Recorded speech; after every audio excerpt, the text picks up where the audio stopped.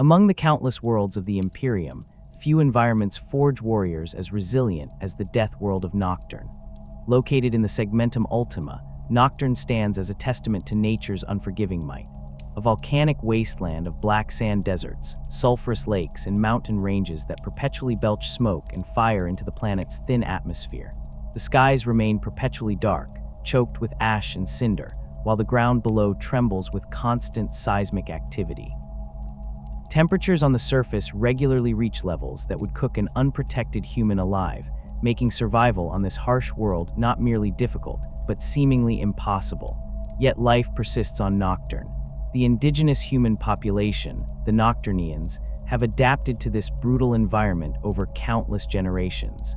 Their physical characteristics reflect this adaptation. Coal-black skin that provides protection against the intense heat and radiation, glowing red eyes that can see through the perpetual gloom, and a physical robustness that allows them to endure conditions that would kill most baseline humans. These characteristics would become hallmarks of the Salamanders chapter, whose gene seed further amplifies these traits to superhuman levels. The Nocturnian people live in 7 principal settlements known as the Sanctuary Cities, each built into the sides of mountains or within massive cavern systems to provide protection from the volatile surface conditions. These cities, Hesiod, Themis, Heliosa, Ethonian, Clymene, Epimethus, and Prometheus, serve as the cultural and economic centers of Nocturnian society. Each city maintains its own distinct traditions and customs, though all share common values of self-reliance, craftsmanship, and community protection. Nocturnian culture is fundamentally tribal, organized around extended family units and clan structures. Leadership is typically earned through demonstrations of wisdom, strength, and skill, rather than inherited through bloodlines. The harsh environment necessitates a communal approach to survival. Lone individuals rarely last long against Nocturne's dangers. This emphasis on community welfare and protection of the vulnerable would later become central tenets of Salamander's chapter philosophy, distinguishing them from many of their more detached Astartes brethren. Craftsmanship stands as the most revered skill among the Nocturnian people. The planet's crust contains abundant deposits of rare and valuable metals and minerals, forged in the intense heat of Nocturne's core and brought to the surface through constant volcanic activity. Nocturnian smiths are renowned throughout the sector for their mastery of metalworking, creating weapons, tools, and artifacts of exceptional quality. Young men prove their worth by embarking on dangerous expeditions to harvest these materials from active volcanic regions, braving lava flows, toxic gases, and predatory fauna to bring back precious resources. This tradition of craftsmanship extends beyond mere utility. It is viewed as a spiritual practice, a form of meditation and devotion. Nocturnian smiths believe that part of their spirit enters their creations, making each item unique and imbued with the maker's essence. This philosophy would later manifest in the Salamanders' approach to wargear, with each battle brother maintaining and often crafting their own equipment, resulting in some of the finest maintained weapons and armor in the Adeptus Astartes. The relationship between Nocturne and its oversized moon, Prometheus, defines the rhythm of life on the Death World. Prometheus follows an erratic orbit, completing a full circuit around Nocturne every 7 Terran years. As the moon approaches its closest point to the planet, a period known as the Time of Trial, its gravitational pull triggers catastrophic geological events across Nocturne's surface. Volcanoes erupt with unprecedented fury, tectonic plates shift violently, and massive tsunamis sweep across the few oceans that dot the planet's surface. During these periods, which last approximately 15 Terran months, the Nocturnian people retreat to the deepest chambers of their mountain fortresses or to specially constructed underground shelters. Even these sanctuaries provide limited protection, with many collapsing under the strain of the seismic activity. Those who survive emerge to find a transformed landscape. Settlements destroyed, geographical features altered beyond recognition, and new deposits of precious materials thrust to the surface from the planet's depths. The Time of Trial serves as both destruction and renewal, wiping away the old and presenting new opportunities for those resilient enough to endure. After each cycle, the Nocturnians rebuild their settlements, often in new locations better suited to the altered terrain. They harvest the newly exposed mineral wealth and begin the process of recovery, knowing that in 7 years, they will face the trial once more. This endless cycle of destruction and rebirth has instilled in the Nocturnian people a stoic acceptance of hardship and an unwavering determination to persist against all odds. It was into this unforgiving environment that the infant Primarch Vulkan arrived, his gestation pod crashing into the slopes of Mount Deathfire, the largest volcano on Nocturne's surface. The exact date of his arrival remains uncertain in imperial records, though it is known to have occurred during the latter stages of the Age of Strife, when humanity's interstellar civilization lay in ruins and Terra was still decades away from unification under the Emperor. Unlike many of his brother Primarchs who landed on worlds where they could quickly rise to positions of power, Vulkan was discovered by a humble blacksmith named Enbel from the settlement of Hesiod.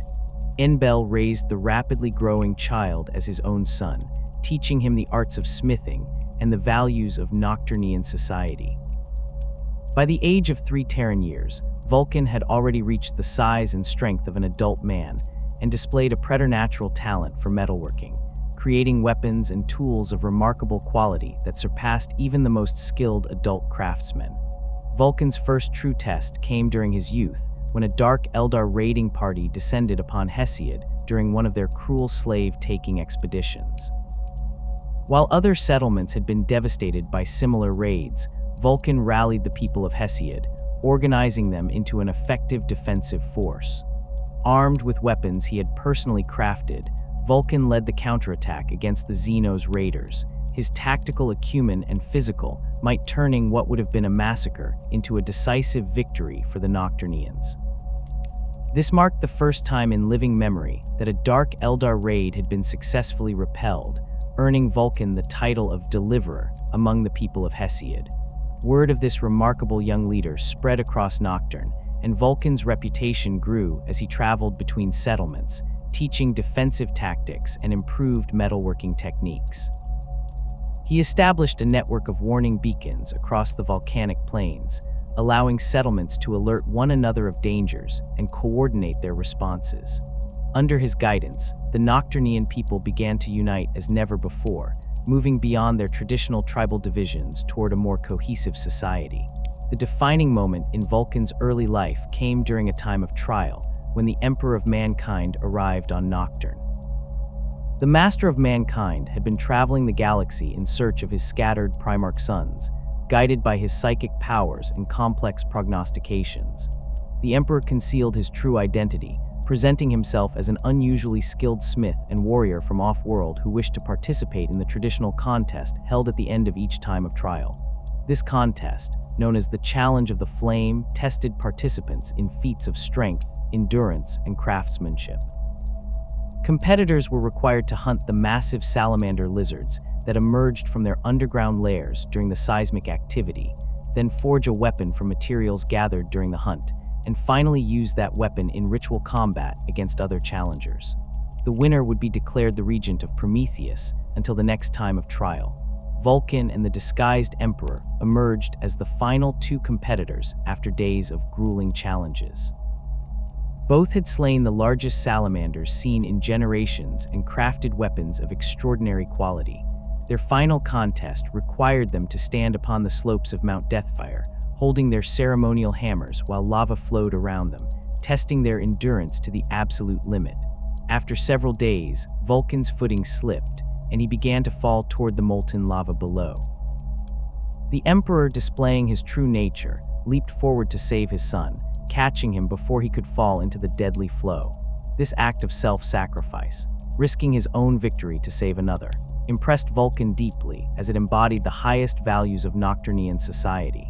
When the Emperor revealed his true identity and purpose, Vulkan immediately knelt and pledged his loyalty, recognizing in his father the same commitment to humanity's protection that he himself held. The meeting between Vulkan and the Emperor transformed Nocturnian society. The Emperor shared advanced technological knowledge with the population, improving their living conditions and defensive capabilities. More importantly, He selected the strongest and most resilient of Nocturne's youth to form the core of the 18th Legion, which would become the Salamanders under Vulkan's leadership. Before departing with his father to take command of his legion, Vulkan established the Promethean cult, a philosophical and spiritual tradition that codified the values he believed should guide his warriors: self-sacrifice, resilience, craftsmanship, and above all, the protection of human life. He appointed regents to govern in his absence and established training facilities on Prometheus, Nocturne's moon, where future aspirants would be tested and transformed into Astartes. The cultural impact of Vulkan's meeting with the Emperor resonates throughout Nocturnian society to the present day. The challenge of the flame continues as a tradition, with the winner honored as a representative of Vulkan himself. The forges of Nocturne produce some of the finest weapons and armor in the Imperium, many crafted using techniques personally taught by the Primarch. Most significantly, the people of Nocturne maintain a unique relationship with the Salamanders chapter, providing not only recruits but also cultural and spiritual guidance, keeping the Astartes connected to their humanity in ways few other chapters maintain. The harsh crucible of Nocturne, with its cycles of destruction and renewal, its emphasis on community survival over individual glory, and its traditions of craftsmanship and self-improvement, created in Vulkan a Primarch unlike any other. These same forces continue to shape the Salamanders, making them among the most distinctly human of the Emperor's transhuman warriors, forged in fire yet dedicated to the preservation of life above all else. When Vulkan departed Nocturne to assume command of his legion, he left behind a world transformed by his presence, but carried with him the unbreakable spirit of his homeworld. The journey to reunite with the 18th Legion marked the beginning of a profound transformation that would reshape not just a military force, but forge a brotherhood unlike any other among the Legion's Astartes. The 18th Legion had operated without their Primarch for several decades during the early Great Crusade. Originally designated as the Dragon Warriors by some imperial chroniclers, these early Astartes suffered significant losses in several compliance actions, where they were deployed as shock troops with little regard for casualties. Imperial records indicate that the Legion was frequently assigned to hostile compliance actions against human worlds that refused imperial rule, earning them a reputation for brutality that stood at odds with their future identity. Vulkan's first meeting with his Gene sons occurred aboard the Legion flagship Flamerot in the late 800s of the 30th Millennium.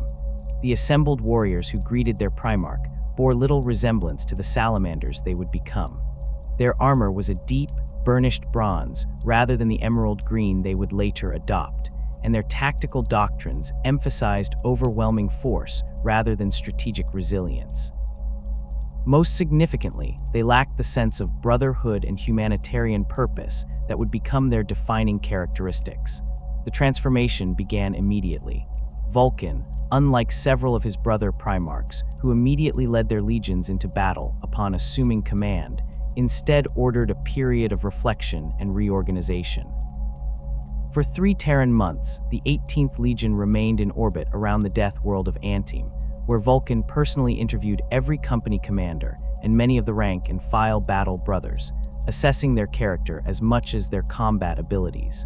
What he discovered troubled him deeply. While his sons were capable warriors, they had developed a detachment from the human populations they were ostensibly fighting to protect. Years of deployment as expendable shock troops had fostered a fatalistic mindset where victory was measured solely in enemy casualties rather than civilian lives saved. This stood in stark contrast to the communal values of Nocturne, where every life held value and the strong existed to protect the weak. Vulkan's first decree was to reorganize the Legion's command structure, elevating officers who demonstrated concern for their battle brothers and tactical acumen over those who had risen through ranks purely through tallies of kills. His second action proved more controversial among some of his warriors. He established regular rotations, where companies would return to Nocturne to live among the people, learning the crafts and values of his homeworld. A warrior who forgets what he fights for becomes nothing more than a weapon, Vulkan told his captains during this reorganization, and weapons do not distinguish between friend and foe. the most dramatic change came in the form of the Promethean philosophy. Drawing from Nocturnian traditions, but adapted for the transhuman warriors of his legion, this philosophical framework emphasized three core principles: self-reliance through mastery of craft, self-sacrifice in service to humanity, and unwavering resilience in the face of adversity. Unlike the more ritualistic traditions that developed in other legions, the Promethean philosophy functioned more as a practical ethical code than a formalized cult. Central to this philosophy was the concept of the Promethean journey, the idea that each salamander must continuously strive for self-improvement through both martial prowess and craftsmanship. Vulkan established forged temples throughout the Legion's fleet where battle brothers were expected to maintain and improve their own wargear. Those who displayed particular aptitude were apprenticed to the Legion's tech marines, learning advanced metallurgical techniques that blended Mars-approved methods with traditional Nocturnian craftsmanship. This emphasis on craftsmanship quickly became the Legion's most distinctive feature. Within a decade of Vulkan taking command, the 18th Legion had developed a reputation for fielding some of the finest weapons and armor in the Imperium. Each company maintained its own forge facilities, and battle brothers were judged as much by the quality of their craftsmanship as by their battlefield accomplishments. The tradition of artificer armor, customized, master-crafted power armor superior to standard issue equipment, became particularly associated with the Salamanders during this period. The Legion's martial doctrine underwent equally significant changes. Where previously they had relied on overwhelming force and attrition warfare, Vulkan introduced more sophisticated tactical approaches that emphasized resilience and strategic flexibility.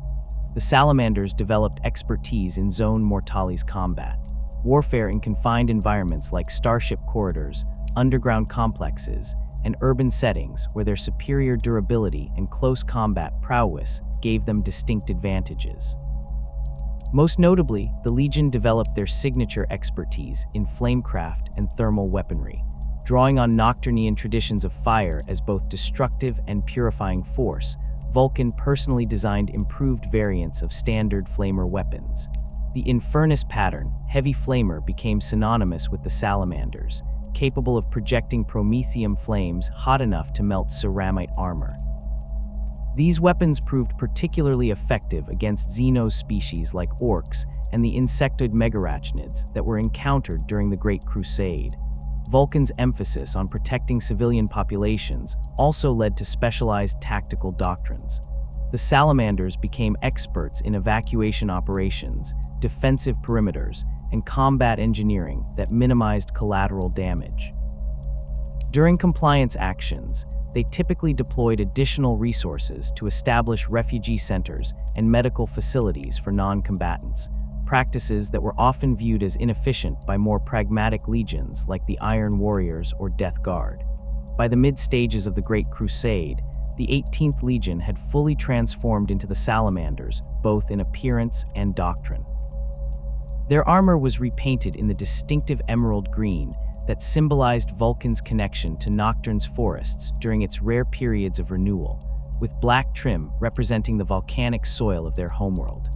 Their heraldry incorporated the imagery of the great fire lizards of Nocturne, and many battle brothers adorned their armor with drake scales collected during ritual hunts on their homeworld. The physical appearance of the Astartes themselves changed over generations of recruitment from Nocturne. Their skin developed the characteristic obsidian black pigmentation of Nocturnians, while their eyes took on a red luminescence that allowed them to see clearly in low-light conditions. These traits, amplified by the gene seed's interaction with Nocturne's unique environmental conditions, gave the Salamanders a distinctive appearance that sometimes unnerved even their fellow Astartes. The Salamanders participated in numerous significant campaigns during the Great Crusade, though they were never among the largest legions in terms of numbers. Imperial records indicate that at their peak strength before the Horus Heresy, they numbered approximately 89,000 Astartes, smaller than giants like the Ultramarines or Word-Bearers, but still a formidable force. Their relatively limited numbers were offset by superior equipment, with nearly every battle brother wearing some form of artificer armor and wielding master-crafted weapons. One of their most notable early campaigns under Vulkan's leadership was the Compliance of Antime, the Death World where Vulkan had initially reorganized the Legion. The planet's human population had regressed to a feral state, living in underground cavern networks to escape the predatory megafauna that dominated the surface. Rather than the typical compliance approach of overwhelming force followed by Imperial administration, Vulkan instituted a gradual integration program. Salamander squads lived among the population, teaching them advanced survival techniques and technology while gradually introducing Imperial concepts. Within 3 years, the population had willingly accepted compliance without a single casualty. The Salamanders' relationship with other legions varied considerably based on doctrinal compatibility. They maintained particularly close ties with the Iron Hands, whose emphasis on technological mastery aligned with their own focus on craftsmanship, despite significant philosophical differences regarding the value of human life. The Imperial Fists also shared a natural kinship with the Salamanders, both legions valuing resilience and defensive warfare, though Dorn's sons lacked the humanitarian focus that defined Vulkan's warriors. More complicated was the Salamanders' relationship with the Night Lords and World Eaters. Vulkan openly criticized Conrad Kerr's use of terror tactics against civilian populations, considering such methods not only dishonorable but counterproductive to the Great Crusade's ultimate goals. Similarly, the Salamanders frequently found themselves at odds with Angron's World Eaters, whose berserker tactics often resulted in unacceptable civilian casualties by Salamander standards. The 133rd Expeditionary Fleet, commanded by Vulkan himself, became known for its thoroughness rather than its speed of conquest. Where some Primarchs measured success by the number of worlds brought to compliance, Vulkan prioritized the stability and prosperity of compliant worlds. This sometimes led to friction with the administrative branches of the Imperium, who viewed the Salamanders' approach as inefficient. However, statistical analyses conducted by the Divisio Administratum eventually confirmed that worlds brought to compliance by the Salamanders had significantly lower rates of rebellion and required fewer garrison forces than the Imperial average.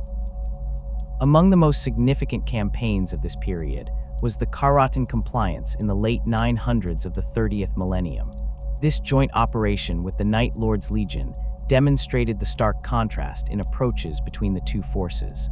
When the population of a major urban center resisted Imperial rule, Kerr's warriors enacted brutal reprisals against civilian targets. Vulkan's Salamanders instead established protected zones where non-combatants could seek refuge, directly contradicting the Night Lord's strategy of terror. The resulting tension between the Primarchs nearly escalated to open conflict, with Vulkan reportedly coming close to striking Kerr's before withdrawing his forces from the campaign entirely. The Salamanders also distinguished themselves during the Nov Shendak campaign, where they fought alongside the First Legion and the Emperor himself against the intelligent arachnid Xenos that had enslaved the human population. When the Dark Angels advocated for orbital bombardment of infested population centers, Vulkan instead led his Firedrake's Terminator elite in surgical strikes against the Xenos Node Queens, preserving thousands of human lives at the cost of higher Astartes casualties. The Emperor reportedly commended Vulkan's approach, citing it as exemplary of the Great Crusade's true purpose. Perhaps the most formative campaign for cementing the Salamander's identity came during the liberation of the Bastion worlds in 928 of the 30th millennium. These human-inhabited planets had been subjected to systematic raids by Dark Eldar corsairs for generations, with entire populations harvested for the Xenos' terrible purposes. The Salamanders' response was methodical and thorough. They established predictive defense grids across the sector, trained planetary defense forces, and laid intricate traps for the raiders. When the Dark Eldar eventually attacked in force, they encountered not helpless prey, but prepared defenders supported by the full might of the 18th Legion. The Dropsite Massacre on Istvan V stands as one of the most devastating betrayals in Imperial history, a moment when the galaxy's fate pivoted on treachery so profound, it would forever alter the Salamander's Legion. As the 31st millennium progressed and the first tremors of Horus's rebellion shook the Imperium, few suspected the depth of corruption that had taken root among the Legion's Astartes. When word reached Terra that Horus had turned against the Emperor, the response was swift but ultimately played directly into the War Master's hands. 4 legions were dispatched to crush the rebellion at Istvan III. The Death Guard, Emperor's Children, World Eaters, and Sons of Horus, where loyal elements within these already corrupted legions were purged in atomic fire. As reports of this atrocity reached the Imperium, 7 legions were assembled to deliver the Emperor's retribution. The Iron Hands, Raven Guard, and Salamanders would form the first wave, while the Night Lords, Alpha Legion, Iron Warriors, and Word Bearers would arrive as the second wave. The Salamanders arrived at the Istvan system in force, their emerald armored warriors prepared for what they believed would be a straightforward, if difficult, campaign against their traitorous brothers.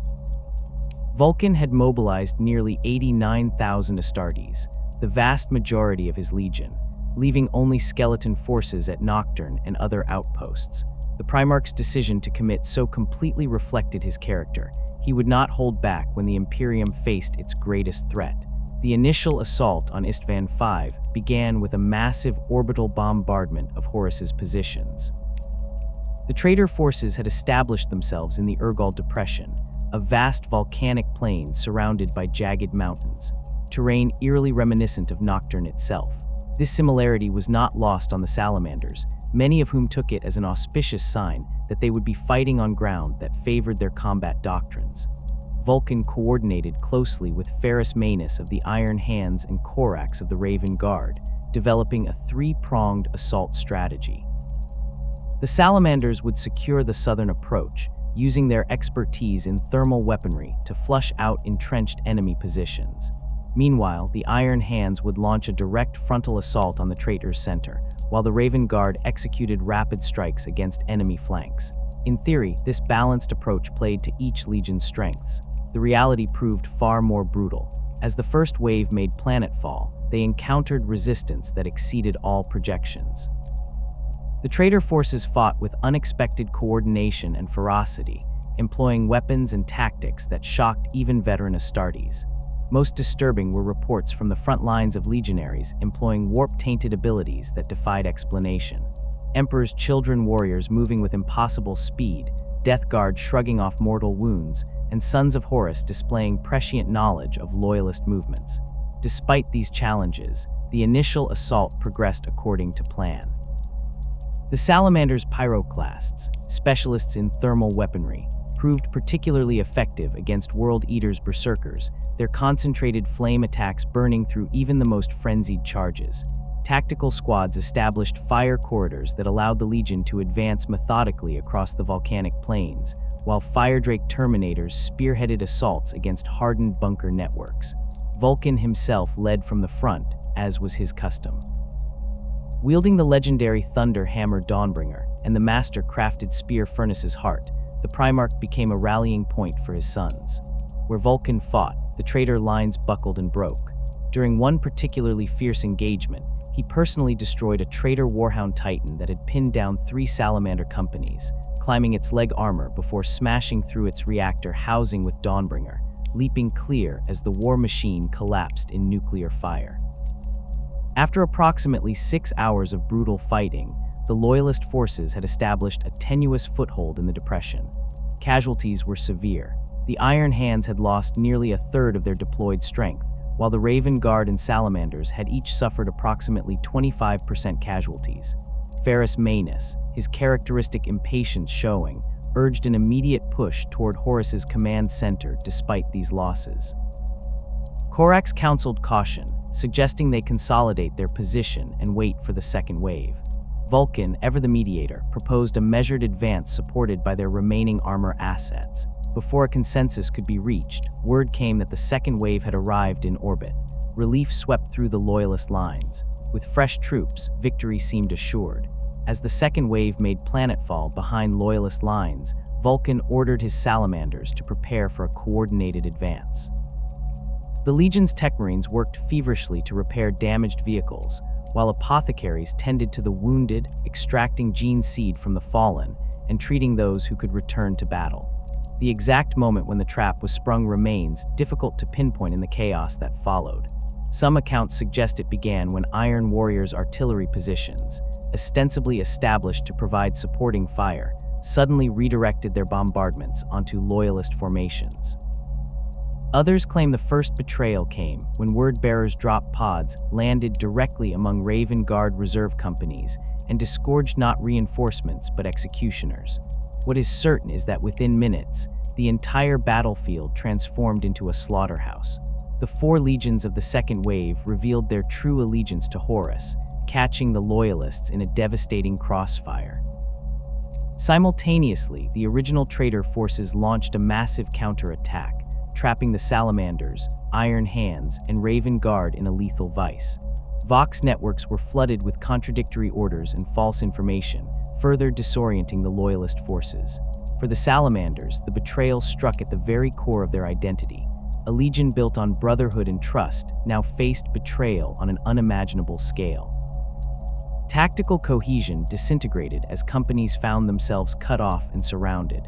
The Legion's methodical approach to warfare, so effective in planned operations, proved ill-suited to the sudden chaos of betrayal. Nevertheless, the Salamanders' inherent resilience came to the fore.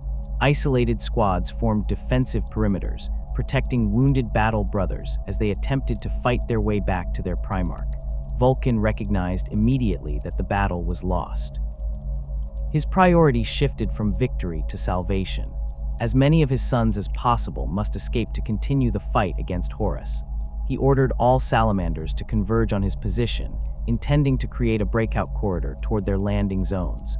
This order, broadcast on emergency channels, reached approximately 60% of the Legion's surviving forces. The remainder, cut off from command or unable to disengage, continued fighting isolated actions across the depression.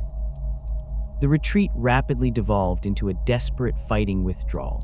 Salamander tactical squads formed overlapping fields of fire, while Firedrakes held the most vulnerable sections of their contracting perimeter. The Legion's remaining dreadnoughts sacrificed themselves in rearguard actions, buying precious minutes for their brothers to fall back. Ancient Raven, a Contemptor dreadnought who had once been Vulkan's equerry, held a critical chokepoint alone against an entire company of word-bearers, his frame eventually disappearing beneath a tide of crimson-armored traitors. As the noose tightened, Vulkan made a fateful decision. Gathering his remaining Firedrakes and Pyroclasts, he prepared to launch a diversionary attack against the traitor command position. This attack would draw enemy forces away from the extraction zones, giving the bulk of his surviving sons a chance to reach their gunships. Captain Artelis Numian, commander of the Pyre Guard, Vulkan's personal bodyguard, protested this decision, insisting his place was at his Primarch's side. Vulkan reportedly placed his hand on Numian's shoulder and entrusted him with leading the remaining Salamanders back to Nocturne to ensure the Legion would endure regardless of his fate. Vulkan's final charge has become legendary even among the mythic events of the Horus Heresy. With approximately 200 of his finest warriors, the Primarch broke through the traitor cordon and drove directly toward Horus's position. Eyewitness accounts describe Vulkan as a figure of vengeance incarnate, his armor blackened by soot and damaged beyond recognition, wielding Dawnbringer in devastating arcs that cleared entire squads of traitor Astartes. The diversionary attack succeeded in its primary objective. Enemy forces pivoted to intercept this new threat, creating openings that allowed thousands of Salamanders to reach their extraction craft. However, the cost was catastrophic. One by one, the warriors accompanying Vulkan fell to concentrated enemy fire. By the time the Primarch reached the outer perimeter of Horus's command center, fewer than 20 Salamanders remained at his side. What happened next is clouded by conflicting accounts. Imperial records indicate that Vulkan confronted several of his traitor brothers, including Fulgrim of the Emperor's Children and Perturabo of the Iron Warriors. The exact details of this confrontation remain unclear, but all accounts agree on the outcome. Vulkan was overwhelmed by the combined might of his corrupted brothers and their elite warriors. Witnesses reported seeing the Primarch fall beneath a concentrated barrage of fire, so intense it reduced the ground beneath him to glass. With their Primarch fallen and over 2/3 of their legion dead or missing, the surviving Salamanders fought desperately to escape the killing ground. Captain Numian organized a final extraction effort, gathering scattered survivors and leading them to the few remaining Thunderhawks and Stormbirds still capable of flight. The Iron Hands, having lost Ferrus Manus to Fulgrim's blade, were in even worse condition, their chain of command shattered. The Raven Guard, thanks to Corax's leadership and their specialized infiltration training, fared marginally better, with several thousand warriors managing to break through the traitor lines. As the last Loyalist vessels lifted from the surface of Istvan V, the full extent of the catastrophe became clear. Of the nearly 89,000 Salamanders who had made planetfall, fewer than 3,000 escaped the massacre. The Iron Hands and Raven Guard suffered similarly devastating losses. 3 legions, once numbering approximately 300,000 Astartes combined, had been reduced to scattered remnants in a single day of betrayal and slaughter. The psychological impact on the surviving Salamanders was profound. A legion defined by brotherhood had witnessed the ultimate betrayal. Warriors who had valued trust and community above all now found themselves in a galaxy where such values seemed naive. Most devastating was the apparent loss of their Primarch, the living embodiment of their ideals and the spiritual father of their legion. What the survivors did not know, what would not be revealed until much later, was that Vulkan had not truly perished on Istvan V. The Primarch's unique nature as a perpetual, an immortal being capable of regenerating from any wound, even apparent death, meant that he had survived the seemingly fatal assault. However, this survival would lead not to immediate salvation, but to further torment, as he was captured by the Night Lord's Primarch Conrad Kurz and subjected to repeated torture and execution in a macabre game that tested even Vulkan's immortal resilience. The aftermath of the drop site massacre left the Salamanders' legion shattered almost beyond recognition. The survivors who managed to escape Istvan V were a mere shadow of their former strength, fewer than 3,000 battle brothers from a legion that once numbered nearly 89,000. These warriors carried not only physical wounds, but deep psychological scars from witnessing such profound betrayal. As their remaining vessels limped through the warp toward Imperial space, many Salamanders questioned whether their legion could or should continue to exist. Captain Artelis Numian, entrusted with the legion's survival by Vulkan himself, became the de facto leader of the surviving Salamanders. His first priority was consolidating their remaining strength and establishing a secure chain of command.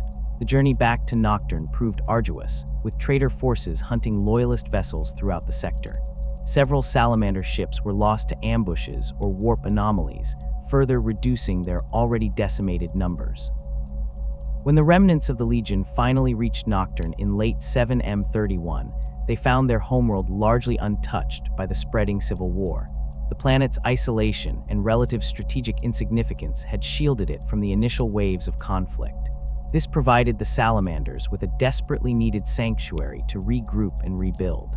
The Legion's return to Nocturne was marked by solemn ceremony rather than triumph. Each surviving company presented its badges of battle to the sanctuary cities, while the names of the fallen were inscribed on obsidian tablets in the pantheon of heroes on Prometheus.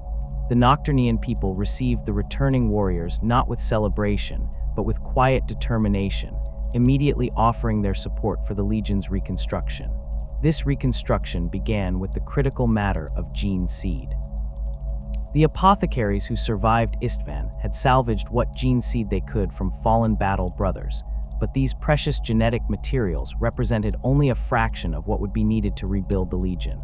Fortunately, substantial gene seed stocks had been maintained on Prometheus, protected by the chapter's fortress monastery. These reserves, combined with the progenitor glands harvested from veterans too wounded to continue fighting, provided the foundation for the Legion's rebirth. The reformation of the Salamanders coincided with Robout Guilliman's development of the Codex Astartes. As the heresy ground toward its bloody conclusion and the scouring began, the surviving Loyalist legions faced increasing pressure to adopt the organizational principles laid out in Guilliman's tactical treatise. For the Salamanders, severely depleted and lacking their Primarch's guidance, the question of whether to embrace or resist the Codex became a matter of intense debate. The deliberations lasted for months, with the Legion's surviving officers divided between traditionalists who wished to maintain Vulkan's organizational structure and pragmatists who saw merit in Guilliman's approach. Ultimately, a compromise was reached that would become characteristic of the Salamanders' relationship with the Codex Astartes. They would adopt its broad principles while preserving distinctive elements of their cultural identity and tactical doctrine. The most notable deviation from Codex organization came in the Salamanders' company structure. Where the Codex prescribed 10 companies of 100 Marines each, the Salamanders instead organized into 7 companies of approximately 120 battle brothers per company. This structure directly reflected the 7 sanctuary cities of Nocturne, creating a symbolic and practical link between each company and a specific settlement on their homeworld. Each company maintained close ties with its corresponding city, recruiting aspirants and participating in local traditions. The first company, associated with Hesiod, retained the title of Firedrakes and continued to serve as the chapter's veteran company. The subsequent 6 companies each developed distinctive characteristics reflecting the cultures of their associated settlements. The third company, linked to Heliosa, became renowned for its expertise in aerial assault tactics, while the 5th company, connected to Clymene, specialized in siege warfare and defensive operations. This unique organizational structure served several practical purposes beyond its cultural significance. The slightly larger company size provided additional tactical flexibility, allowing for more self-sufficient operations. It also facilitated the Salamanders' emphasis on close mentorship between veterans and newer battle brothers, ensuring the transmission of both combat techniques and cultural values across generations of Astartes. The Salamanders' approach to the Codex extended beyond organizational structure to tactical doctrine. While they adopted many of Guilliman's standardized combat formations and strategic principles, they maintained distinctive elements of Vulkan's combat philosophy. The emphasis on resilience, flamecraft, and close-quarters combat remained central to Salamander's operations. Similarly, their humanitarian focus, prioritizing civilian protection over tactical expediency, continued to distinguish them from more Codex-adherent chapters. This selective implementation of the Codex Astartes established a precedent that would characterize the Salamanders throughout the subsequent millennia. They became known as a chapter that respected the Codex's wisdom without being constrained by its letter, willing to adapt its principles to better serve their unique cultural identity and tactical preferences. As the Salamanders rebuilt their strength, they faced another profound challenge: the absence of their Primarch. Unlike some loyalist legions whose Primarchs remained active during the Scouring, the Salamanders had no direct guidance from Vulkan. His apparent death on Istvan V left a void in the Legion's leadership and spiritual direction that could not easily be filled. This void was partially addressed through the formalization of the Promethean cult. What had begun under Vulkan as a philosophical approach to warfare evolved into a more structured belief system that preserved his teachings and values. The chaplaincy took a central role in this development, with chaplains serving not only as spiritual leaders, but as living repositories of Vulkan's wisdom. The cult centered around several key tenets: self-reliance through craftsmanship, self-sacrifice in service to humanity, resilience in the face of adversity, and the sacred duty to protect innocent life. These principles were codified in the Tome of Fire, a collection of Vulkan's writings and tactical instructions that became the chapter's most revered text after the Codex Astartes. Central to the Promethean cult was the belief that Vulkan would eventually return to lead his sons once more. This belief was strengthened by the discovery of the Unbound Flame, a perpetual fire in the depths of Mount Deathfire that Vulkan had allegedly kindled before departing Nocturne. According to chapter tradition, as long as this flame burned, Vulkan lived and would one day return to his legion. This hope gained further substance with the discovery of the first of Vulkan's 9 artifacts. In the decades following the heresy, Forgefather Tikel, one of the few surviving officers from Vulkan's inner circle, uncovered references to 9 masterwork items that the Primarch had crafted and hidden throughout the galaxy.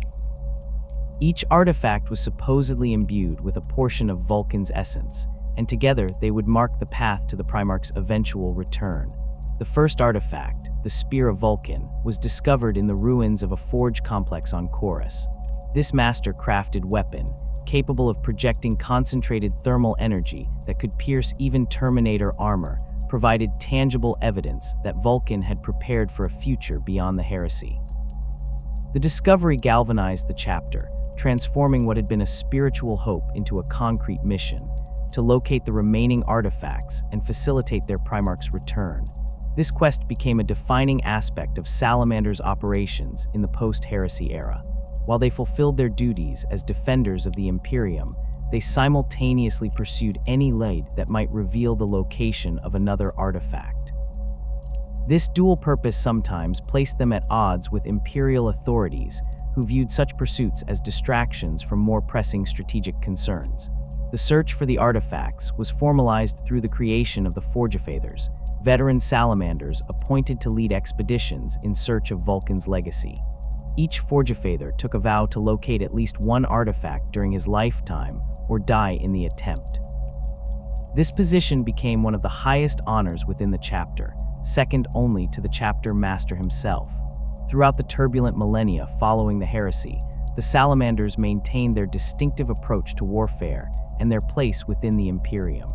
Their relationship with Imperial authorities was generally positive, though occasionally strained by their prioritization of civilian welfare over strategic objectives. Several Lord Commanders of the Imperium noted with frustration the Salamanders' tendency to divert resources to evacuation operations or defensive actions when more aggressive approaches might have achieved military objectives more efficiently. Despite these occasional tensions, the Salamanders' reputation as stalwart defenders of humanity earned them considerable respect throughout the Imperium. Their involvement in a campaign was seen as a guarantee that civilian populations would be protected to the greatest extent possible, even at the cost of Astartes' lives. This reputation made them particularly welcome on frontier worlds and colonies threatened by Xeno's incursions, where Imperial citizens often faced abandonment by other military forces. The Badab War represented a particularly challenging period for the Salamanders. When several chapters in the Maelstrom Zone declared independence from Imperial authority under the leadership of Luft Huron of the Astral Claws, the Salamanders were among the loyalist forces dispatched to suppress the rebellion. This conflict placed them in direct opposition to chapters with whom they had previously fought alongside, including the Mantis Warriors and Executioners. The Salamanders approached this conflict with characteristic restraint, focusing their efforts on minimizing civilian casualties and offering amnesty to Astartes who renounced Huron's cause. This approach drew criticism from more aggressive chapters like the Marines Malevolent, who viewed the Salamanders' restraint as weakness. Nevertheless, the Salamanders' tactics proved effective in securing the surrender of several rebel-held worlds, without the devastating civilian casualties that accompanied actions by less discriminating chapters. Throughout their post-heresy history, the Salamanders maintained their distinctive physical characteristics. Their coal-black skin and glowing red eyes, results of their Nocturnian heritage, and the unique interaction between their gene seed and Nocturne's environment, made them immediately recognizable among the Adeptus Astartes. These features, combined with their slightly lower numbers compared to Codex-compliant chapters, sometimes led to misunderstandings about their combat effectiveness. Such misconceptions were invariably dispelled on the battlefield. The Salamanders' emphasis on superior wargear and individual skill consistently allowed them to achieve objectives with fewer casualties than statistical models predicted. Their mastery of thermal weaponry made them particularly effective against heavily armored opponents and in Zone Mortalis environments where controlled application of firepower was essential. The chapter's expertise in craftsmanship continued to distinguish their armory from those of other Astartes forces. Nearly every Salamander wore some form of artificer armor, with veterans often sporting completely customized suits incorporating drake scales and other materials unique to Nocturne. Their weapons, particularly flamers and melta-weapons, incorporated modifications that increased both power and reliability beyond standard patterns. These material advantages reflected the Salamanders' continued emphasis on self-reliance. Every battle brother was expected to maintain his own wargear, with most developing considerable skill in metallurgy and engineering.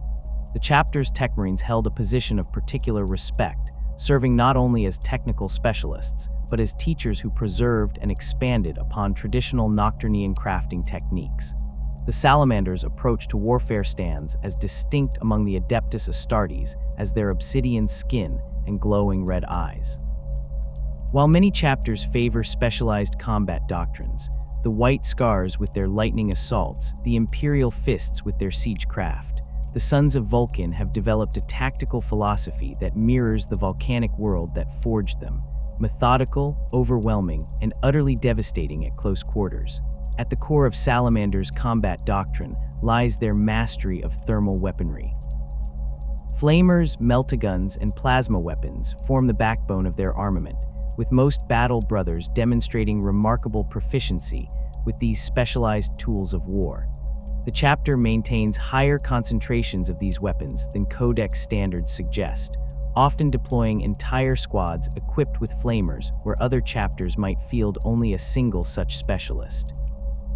This emphasis extends to their vehicle complement, with land raiders and predators frequently modified to mount additional heavy flamers or multi-meltas. The pyroclasts exemplify this specialization. These elite veterans, serving in a formation unique to the Salamanders, wield advanced thermal weapons, including the dreaded heavy flamers and multi-meltas.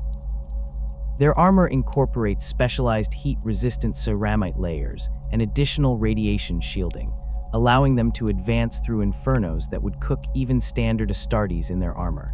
In battle, pyroclasts typically deploy in support of tactical squads, using their devastating short-range firepower to flush enemies from entrenched positions or eliminate heavily armored threats. This focus on flame weaponry stems not merely from tactical preference, but from deep cultural symbolism. In Nocturnian culture, fire represents both destruction and renewal. The volcanic eruptions that periodically devastate their settlements also bring forth precious minerals and clear away the old to make way for new growth. Similarly, the Salamanders view their flamecraft as a purifying force cleansing corruption while creating opportunity for reconstruction. This perspective stands in stark contrast to the terror tactics employed by traitor legions like the Night Lords, who use similar weapons purely for their psychological impact. The effectiveness of this doctrine becomes most apparent in Zone Mortalis engagements, battles fought in confined spaces like spacecraft interiors, tunnel networks, or dense urban environments. In such settings, the Salamander's thermal weapons can turn narrow corridors into impassable walls of flame, while their melta weapons can breach bulkheads or eliminate armored opponents with singular efficiency. The chapter has developed specialized tactics for such environments, including Drake formations, where Astartes advance in staggered lines, each warrior covering specific fire lanes while protected by his brother's overlapping fields of fire. This specialization in close quarters combat extends beyond weaponry to their general tactical approach. Salamanders rarely employ the rapid strike tactics favored by chapters like the Raven Guard or White Scars, instead preferring methodical advances with overwhelming firepower. Their operations typically begin with concentrated bombardments from Thunderfire cannons or Whirlwind artillery, followed by heavily armored spearheads that establish beachheads from which the main force can deploy. Once engaged, they advance with deliberate precision, securing territory section by section while establishing fallback positions and supply caches. This methodical approach reflects another distinctive aspect of Salamander's doctrine, their emphasis on strategic resilience over tactical expediency. Where some chapters might accept higher casualties to achieve objectives more quickly, the Salamanders typically employ more conservative tactics that preserve their forces. This philosophy stems partly from necessity. Their slightly lower numbers compared to Codex-compliant chapters makes each battle brother's life particularly valuable, but also from their cultural values, which emphasize the importance of each warrior returning to share his experience and wisdom with future generations. Supporting this combat doctrine is the Salamander's renowned mastery of craftsmanship. Unlike most chapters, where only Techmarines receive extensive training in the maintenance and modification of equipment, every Salamander spends considerable time learning metallurgical and engineering skills. This tradition begins during their neophyte training and continues throughout their service, with Battle Brothers expected to spend their limited free time maintaining and improving their wargear. The practical benefits of this tradition are immediately apparent on the battlefield. Salamander's armor typically incorporates additional layers of ceramite at vulnerable points, custom-fitted to each warrior's physique for optimal protection without sacrificing mobility. Their weapons feature hand-crafted components that improve reliability under adverse conditions, particularly important for thermal weapons that operate at extreme temperatures. Even their vehicles receive continuous modifications, with tank crews constantly implementing improvements based on battlefield experience. This craftsmanship reaches its apex in the chapter's Artificer armor. While all Space Marine chapters possess some Artificer armor for their highest-ranking officers, among the Salamanders such master-crafted protection is far more common. Most veterans wear at least partially customized armor, often incorporating materials unique to Nocturne, such as Drake scales or heat-resistant alloys forged in the planet's volcanic furnaces. These suits not only provide superior protection, but also serve as expressions of the wearer's personal history and accomplishments, with engravings and embellishments recording significant victories or honoring fallen battle brothers.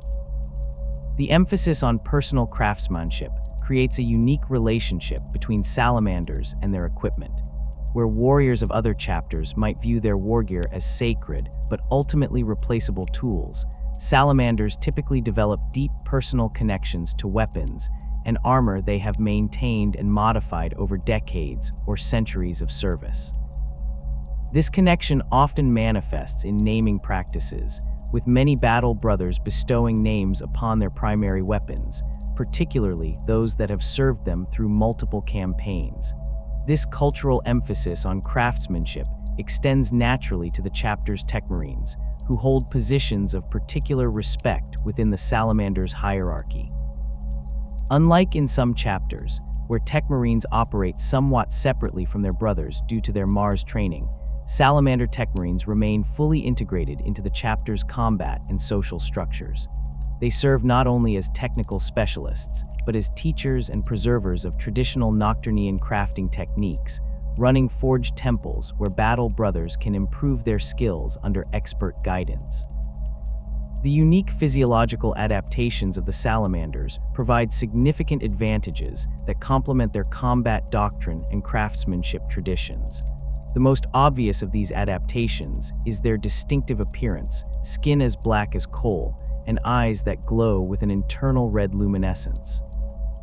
These traits result from a unique interaction between their gene seed and the radiation-saturated environment of Nocturne, particularly affecting the melanochrome organ that regulates skin pigmentation in Astartes.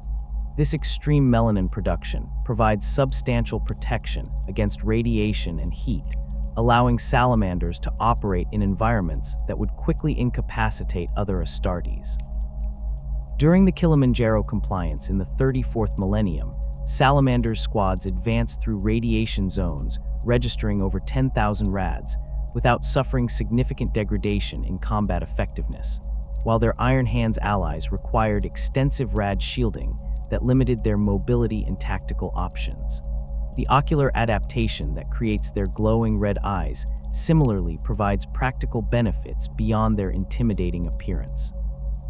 This mutation enhances their vision in low-light conditions, allowing them to operate effectively in the perpetual gloom of Nocturne or similar environments. Some battle brothers develop additional visual capabilities, including limited thermal imaging that can detect enemies through thin barriers by their heat signatures, a particularly useful ability when combined with their preference for flame weaponry. Less visible but equally significant is the Salamander's enhanced physical resilience. Their bone structure shows increased density compared to standard Astartes, providing additional protection against impact trauma. Their skin demonstrates remarkable resistance to heat and caustic substances, allowing them to handle materials that would burn even power-armored hands. Some veterans can briefly touch white-hot metal with their bare skin, an ability that proves useful both in their crafting traditions and in certain combat situations. These physiological advantages come with certain limitations. The increased bone density that provides additional durability also adds weight, making salamanders slightly slower on average than warriors of other chapters.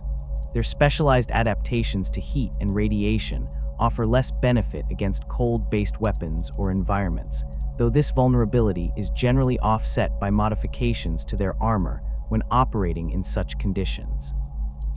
The chapter's arsenal includes numerous relics and specialized wargear that reflect both their combat doctrine and their Primarch's legacy. Most significant among these are the 9 artifacts of Vulkan, masterwork items crafted by the Primarch himself and scattered across the galaxy before his disappearance. Each artifact combines practical combat utility with profound symbolic significance, serving as physical connections to their absent Gene Father.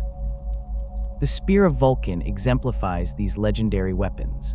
This master-crafted force weapon combines a power field generator with a built-in heavy flamer, allowing it to both impale armored opponents and engulf them in promethium fire. The spear's haft contains intricate circuitry that resonates with the wielder's neurological impulses, making it respond almost as an extension of the user's body rather than an external tool. In battle, the weapon leaves contrails of flame as it moves, creating a psychological impact that can break enemy morale before physical contact is even made. Dawnbringer, Vulkan's legendary thunder hammer, represents another class of artifact entirely. This massive weapon, requiring even Astartes' strength to wield effectively, contains impact generators capable of shattering tank armor or collapsing bunker walls with direct hits. The hammer's head incorporates a miniaturized plasma reactor that superheats on impact, allowing it to melt through materials that might resist the kinetic force alone. Chapter records indicate that Vulkan once used Dawnbringer to destroy a traitor Warhound Titan during the Dropsite massacre, striking with such force that the war machine's void shields collapsed and its reactor housing cracked. Beyond these legendary artifacts, the Salamanders maintain an impressive array of chapter-specific equipment. The dragon-scale pattern Terminator armor, worn by the elite fire drakes of the First Company, incorporates actual scales harvested from the great fire lizards of Nocturne. These scales provide additional heat resistance, while their crystalline structure helps disperse energy weapon impacts. The armor's auto senses include enhanced thermal imaging capabilities, allowing fire drakes to track enemies through smoke or solid barriers by their heat signatures. The Infernus pattern Heavy Flamer represents another Salamander innovation. This modified weapon achieves higher combustion temperatures than standard Imperial patterns by incorporating additional compression chambers and specialized fuel mixtures. The resulting flame can melt ceramite armor with sustained exposure and creates a psychological impact that can break enemy morale, particularly among Xenos species with heightened fear responses to fire. During the Gardenal Crusade, a single squad of salamanders equipped with these weapons held a strategic choke point against repeated orc charges, the Greenskins' natural mob courage finally breaking after witnessing dozens of their largest warriors reduced to ash. The Drake's Tooth combat knife serves as both practical tool and cultural identifier. These blades, forged from the actual teeth of Nocturnian drakes, undergo a complex treatment process that hardens the organic material to a diamond-like consistency. The resulting weapon can pierce ceramite joins or even slice through thinner armor plates entirely. Every salamander carries such a knife, and many incorporate the distinctive serrated pattern into their larger weapons as decorative elements or secondary cutting edges. For vehicle support, the salamanders favor heavily armored transports modified for their specific needs. Their rhinos and land raiders typically feature reinforced frontal armor and additional heat shielding, allowing them to advance through areas affected by their own flame weapons without risk of damage. Many incorporate Drake iconography not merely as decoration, but as functional elements, forward ram plates shaped like Drake heads, for instance, that can breach fortifications more effectively than standard patterns. The Salamander's emphasis on flamecraft extends to their orbital assets as well. Their strike cruisers and battle barges often mount additional bombardment cannons specialized for incendiary munitions, capable of igniting vast areas of a planet's surface in controlled patterns that funnel enemy forces into predetermined killing zones. During the Kultur V campaign, Salamanders vessels created a continent-spanning ring of fire that contained an orc invasion, allowing ground forces to methodically eliminate the trapped greenskins without risk of the infestation spreading. This comprehensive approach to warfare, from personal weapons to orbital fire support, reflects the Salamander's methodical nature. Nothing is left to chance, no advantage neglected, no weakness unaddressed. Their combat doctrine, like their craftsmanship, represents the culmination of millennia of experience, each generation building upon the lessons of their predecessors while maintaining the core principles established by Vulkan himself. The effectiveness of this doctrine has been demonstrated repeatedly throughout Imperial history. During the Tempestus Gulf campaign, a single Salamanders company successfully defended the Hive City Acheron against a Chaos warband 3 times their number, using precisely coordinated flame corridors to channel the enemy into prepared killing zones. On Helatine, Salamander's forces broke the back of a Tyrannid splinter fleet by targeting Synapse creatures with concentrated melt of fire, the precision of their strikes preventing the Xenos from adapting their swarm tactics effectively. Perhaps most impressive was their performance during the Third War for Armageddon, where Salamander's contingent secured and held multiple strategic locations against overwhelming orc forces. At Fire Crag, a reinforced tactical squad held a Promethium refinery against repeated orc assaults for 17 days without relief, using the facility's own fuel lines to create improvised flame traps that incinerated thousands of greenskins. Their defense not only preserved a valuable strategic asset, but prevented an explosion that would have devastated civilian shelters in the surrounding area. Throughout the millennia following the Horus Heresy, the Salamanders have been led by exceptional individuals who embodied Vulkan's ideals of resilience, craftsmanship, and compassion.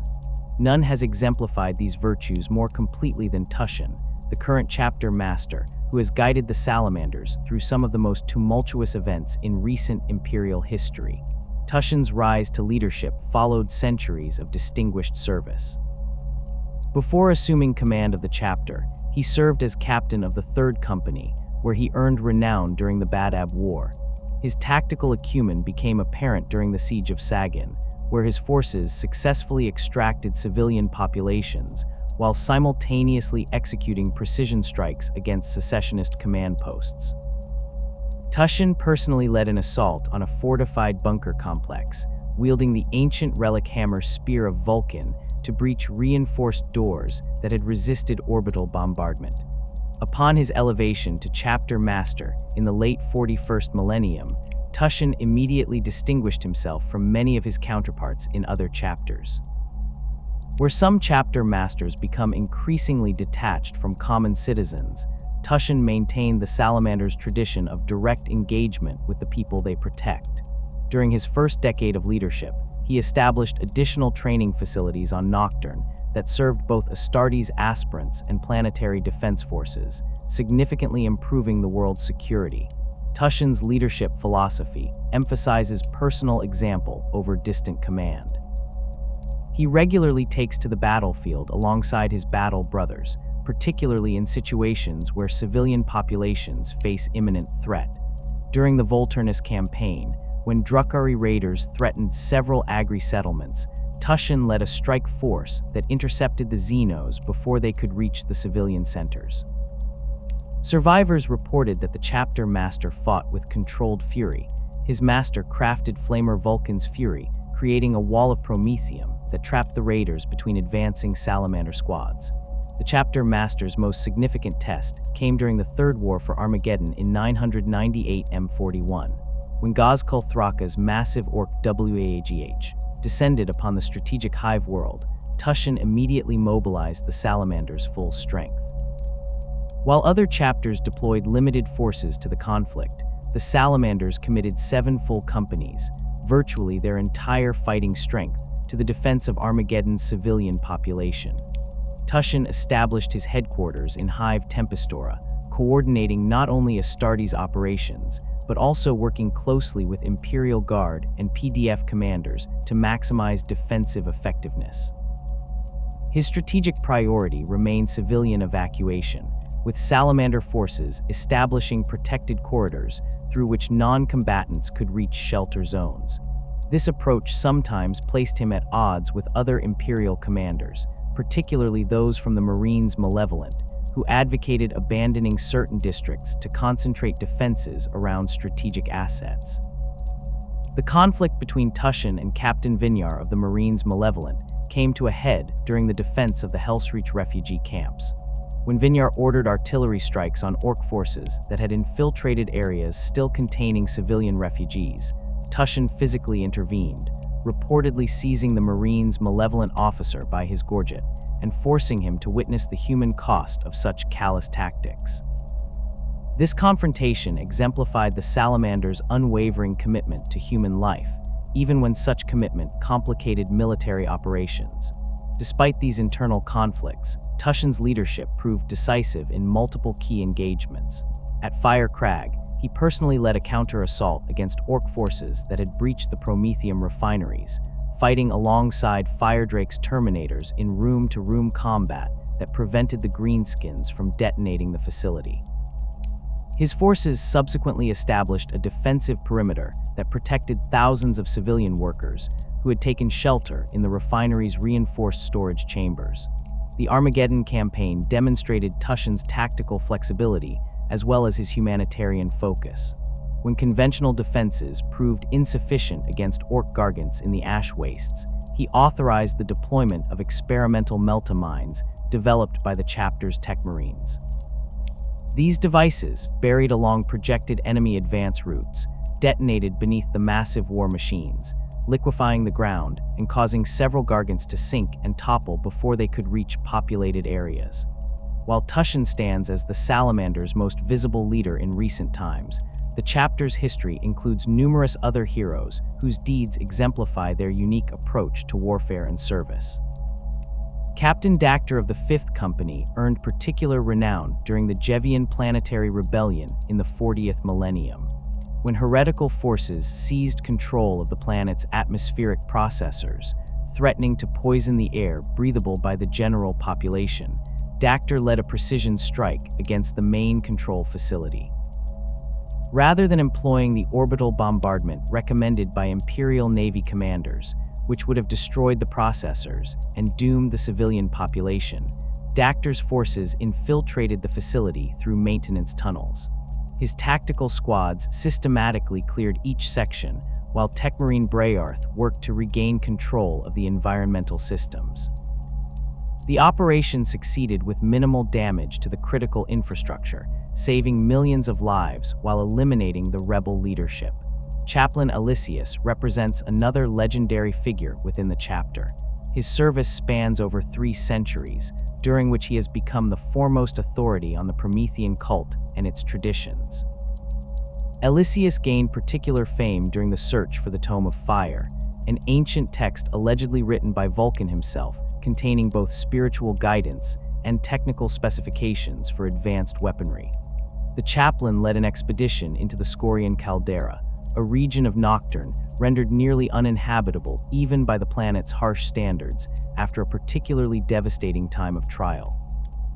Within the caldera, Elysius and his companions discovered a hidden vault sealed with locks that responded only to the unique genetic markers of Vulkan's gene sons. The tome recovered from this vault provided both spiritual renewal for the chapter and practical knowledge that allowed their tech marines to develop several new weapon variants, including the Infernus pattern heavy flamer that has since become standard issue for Salamander Devastator squads. Ancient Gren stands among the chapter's most revered dreadnoughts.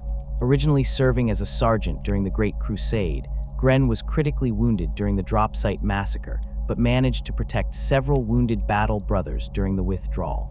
Interred in a Contemptor chassis, he has served the chapter for over 10 millennia, one of the few remaining Salamanders with direct memory of Vulkan. His wisdom proves invaluable during chapter councils. While in battle, his ancient frame still delivers devastating firepower. During the Garantine insurgency, Gren held a strategic bridge single-handedly for 6 hours against waves of heretical militia, his assault cannon and close combat claw accounting for hundreds of enemy casualties. The Salamanders' history of heroism extends beyond individual leaders to significant campaigns that have shaped both the chapter and the Imperium. The First War for Armageddon in 444 M41 marked their first major confrontation with the forces of chaos under Angron, the demon Primarch of the World Eaters. The Salamanders deployed 3 full companies to the conflict, focusing their efforts on protecting civilian evacuation routes, while Grey Knight's forces engaged the demon Primarch directly. Captain Uriel Korsh of the Second Company led a particularly crucial action during this campaign. When World Eater's berserkers breached Hive Acheron's outer defenses, threatening thousands of civilians awaiting evacuation, Korsh's forces established a defensive line in the main processional way. His Sternguard veterans, armed with master-crafted Kombai Meltas, created killing zones at key intersections, their disciplined fire cutting down the frenzied Chaos Space Marines before they could reach the civilian shelters. Though Korsh himself fell in the final hours of the battle, his sacrifice allowed the evacuation vessels to depart safely. The Second War for Armageddon 8 decades later saw the Salamanders return to the embattled Hive world, this time facing Gazkul Thraka's first major WAGH. While the Blood Angels and Ultramarines engaged in more mobile warfare across the planet's surface, the Salamanders concentrated on urban defense, particularly in Hive and Furnace, where millions of civilians remained trapped by advancing Orc forces. Vulkan Heastan, then serving as captain of the Fourth Company before his later appointment as Forgefather, distinguished himself during the defense of Infernus's main generatorium complex. When Orc commandos infiltrated the facility and planted demolition charges, Heastan led a 5-man Terminator squad in a teleport assault directly into the complex's reactor chamber. Fighting in conditions so radioactive they would have killed unaugmented humans in seconds, the Salamanders eliminated the Orc saboteurs and disarmed the explosives with moments to spare. Had the generatorium been destroyed, power would have been lost to life support systems, sustaining nearly 3 million civilians in the Hive's lower levels. The Badab War represented a different sort of challenge for the Salamanders. This conflict pitted them against fellow Astartes who had rebelled against imperial authority under the leadership of Luft Huron of the Astral Claws. The Salamanders contributed forces to the loyalist effort, though they approached the conflict with characteristic restraint, always seeking to minimize casualties among both civilians and potentially redeemable Astartes on the opposing side. Captain Tushan, not yet elevated to chapter master, commanded the Salamanders' contingent during the latter stages of this conflict. His forces specialized in securing populated areas with minimal collateral damage, allowing more aggressive chapters like the Minotaurs to engage the rebel Astartes directly. This approach earned criticism from some Imperial commanders who viewed it as overly cautious, but post-conflict analysis confirmed that areas secured by Salamanders' forces suffered significantly lower civilian casualties and infrastructure damage than comparable zones taken by other chapters. Perhaps most significant was Tushan's role in offering honorable terms to Astartes from chapters like the Executioners and Mantis Warriors, who had sided with the secessionists more from misplaced honor than genuine rebellion. His willingness to acknowledge the complex loyalties involved rather than viewing the conflict in absolute terms helped facilitate the eventual surrender of these forces, preventing further unnecessary bloodshed between battle brothers. The Salamanders' relationship with other imperial organizations reflects their unique approach to warfare and governance. Their connections with the Adeptus Mechanicus have historically been strong but complex. While they share the Mechanicus' reverence for technology and craftsmanship, the Salamanders reject the more dogmatic aspects of Martian doctrine. Where tech priests often treat technology as quasi-religious artifacts to be venerated rather than understood, Salamander tech marines emphasize practical knowledge and innovation within established parameters. This philosophical difference has occasionally created tension, particularly regarding modifications to standard equipment patterns.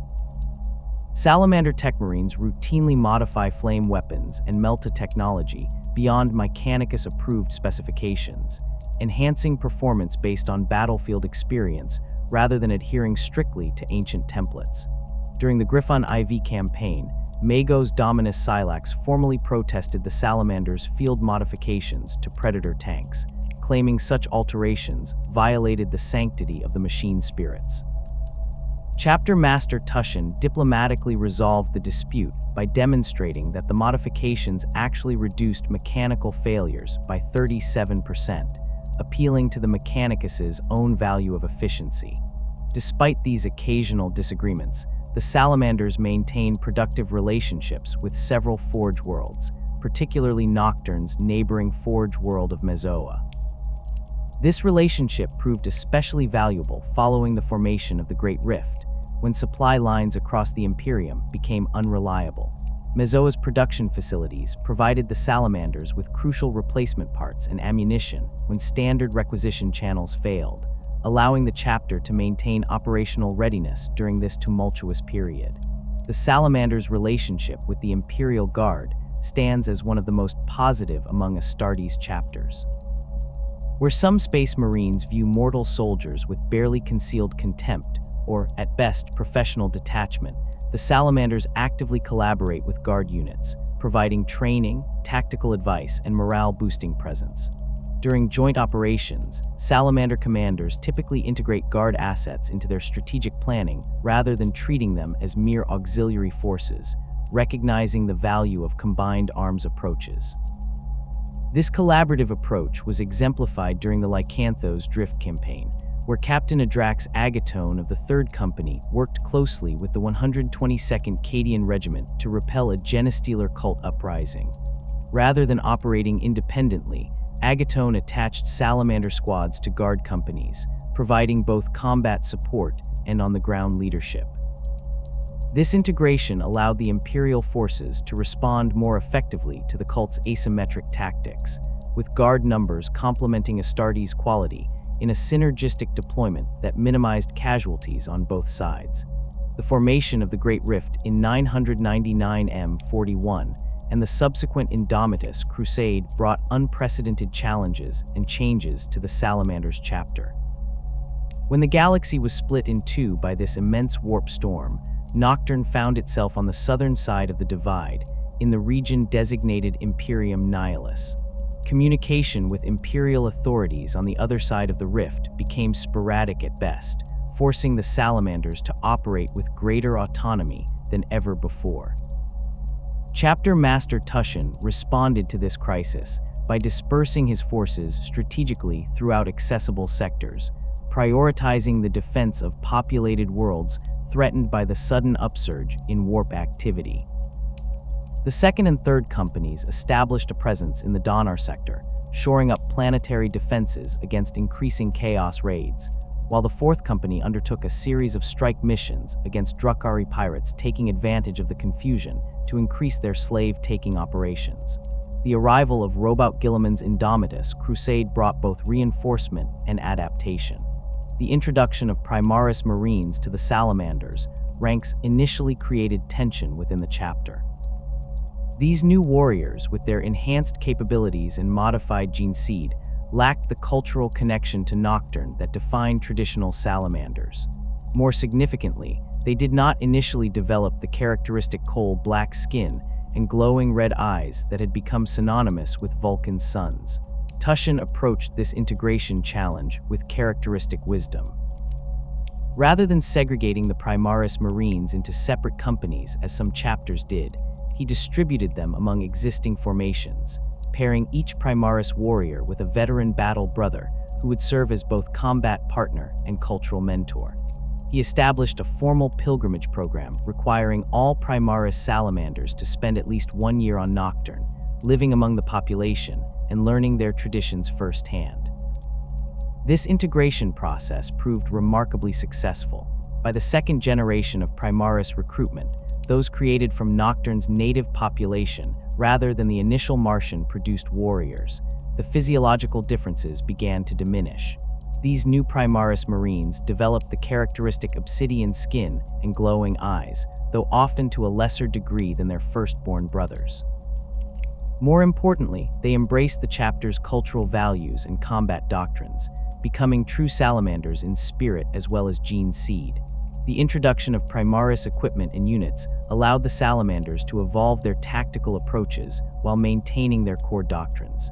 Aggressor squads, with their focus on overwhelming short-range firepower, integrated seamlessly into existing salamander strategies.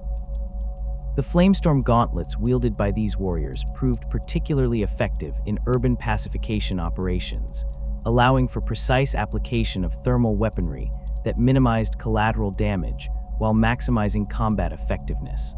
Eradicator squads similarly complemented traditional salamander strengths, their Melta rifles providing enhanced anti-armor capabilities that aligned perfectly with the chapter's expertise in thermal weaponry. During the Lithosian campaign against Death Guard forces, Eradicator teams proved devastatingly effective against Plague Marine concentrations, their coordinated volleys penetrating even warp-corrupted Terminator plate. As the era Indomitus progresses, the Salamanders continue to exemplify the finest traditions of the Adeptus Astartes while adapting to unprecedented challenges. Their unwavering commitment to humanity's protection, their mastery of craft and flame, and their resilience in the face of adversity make them truly worthy sons of Vulkan. Though their Primarch remains absent in body, his spirit lives on in every green-armored warrior who stands between innocent lives and the darkness that threatens to consume the Imperium. In this darkest age, when the Imperium stands divided and beset on all sides, the Salamanders remain a beacon of hope, not merely for their martial prowess, but for their reminder that even transhuman warriors can retain their humanity. As long as the Promethean flame burns in their hearts, the Sons of Vulkan will continue to forge a path through adversity, protecting the Emperor's realm not simply out of duty, but out of genuine compassion for those they were created to defend.